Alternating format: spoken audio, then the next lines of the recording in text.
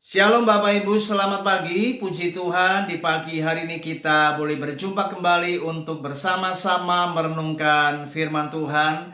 Dan saya mengajak Bapak Ibu di pagi ini untuk merenungkan sebuah tema yang menarik. Dan kita akan belajar sebuah kisah di Alkitab yang luar biasa untuk kita merenungkannya, yaitu bagaimana menghadapi sebuah penolakan. Mari kita membaca di dalam Kisah Para Rasul 9 ayat yang ke-27. Demikianlah firman Tuhan. Tetapi Barnabas menerima dia dan membawanya kepada rasul-rasul. Saudara, curiga adalah salah satu sifat dasar manusia. Berjumpa dengan seseorang yang belum kita kenal, berjumpa dengan seseorang yang baru saja bertobat, maka kebanyakan dari kita akan menjadi takut, kita menolak orang-orang yang seperti ini, dan kita tidak berani memberi sebuah tanggung jawab. Itulah yang terjadi dalam kehidupan Paulus ketika ia mengalami pertobatan. Sejak ia bertobat, di mana ia berjumpa dengan Tuhan di Damsyik, maka ketika Paulus mencoba bergabung dengan orang-orang percaya, murid-murid Tuhan yang ada di Yerusalem, mereka rupanya takut terhadap Paulus. Mereka tidak dengan mudah menerima Paulus. Mereka menolak Rasul Paulus. Saudara, inilah yang dialami oleh Paulus. Itu sebabnya memang ini menjadi sebuah pelajaran bagi kita. Tidak mudah bagi kita diterima oleh orang-orang di sekitar kita tatkala mereka mengetahui masa lalu kita. Oleh sebab itu mari kita harus berhati-hati saudara, karena setiap goresan yang ada dalam ingatan orang-orang yang pernah kita lukai, yang mungkin pernah bersinggungan dengan kita, maka itu menjadi sebuah pengalaman yang tidak akan pernah terlupakan dan akan menjadi sebuah hambatan, akan menjadi sebuah halangan bagi orang-orang tersebut untuk bisa menerima kita. Namun, yang menjadi persoalan sekarang adalah bagaimana ketika kita menghadapi penolakan.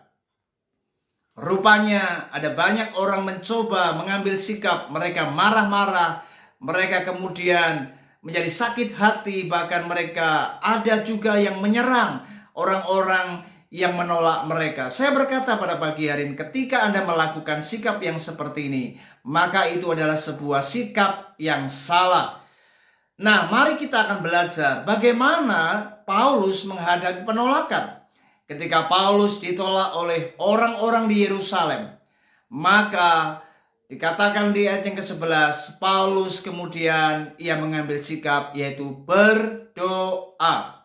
Paulus ketika menghadapi sebuah penolakan, maka ia mengutarakan apa yang ia alami kepada Tuhan lewat apa yang namanya doa. Dan saya percaya ketika kita berdoa, maka kita diberi kekuatan, kita diberi hati yang siap untuk menerima apa yang namanya penolakan. Dan puji Tuhan, rupanya ketika Paulus berdoa, dia belajar untuk tabah, dia belajar untuk tetap tenang dan tetap percaya kepada Tuhan. Maka apa yang terjadi?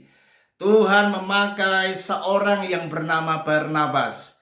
Barnabas adalah satu-satunya orang yang dipakai Tuhan sehingga dia mau menerima dan percaya kepada pertobatan Paulus.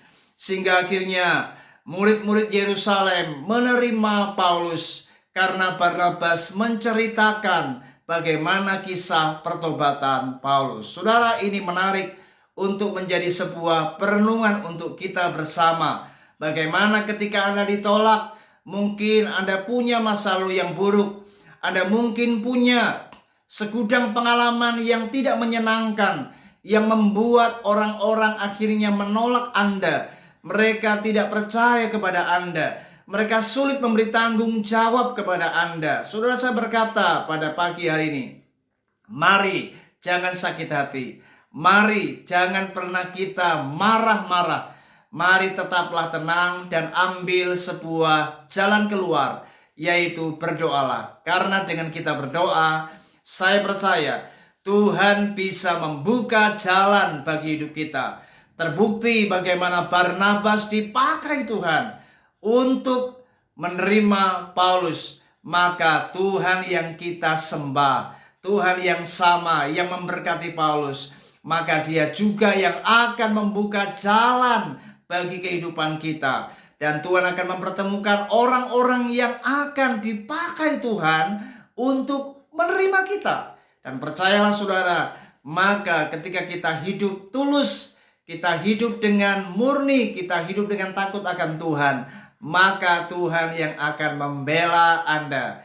Mari jangan takut, mari jangan khawatir, mari tetap jaga hati. Percayalah, ketika engkau takut akan Tuhan, maka Tuhan akan membuka jalan bagi kehidupan kita. Pertolongannya akan disediakan. Ketika kita mau sungguh-sungguh bertobat, kita mau sungguh-sungguh hidup takut akan Tuhan, maka Tuhan yang akan memberikan jalan yang baik bagi kehidupan kita. Tuhan akan mempertemukan orang-orang yang baik untuk menerima Anda. Puji Tuhan, kiranya renungan ini membawa kita untuk tetap semangat, tetap percaya bahwa ada kuasa Tuhan yang akan bekerja dan membela. Ketika kita menghadapi sebuah penolakan, maka suatu saat Tuhan akan kirim orang-orang yang baik untuk menerima kita dan memberkati kehidupan kita. Tuhan Yesus memberkati kita. Shalom.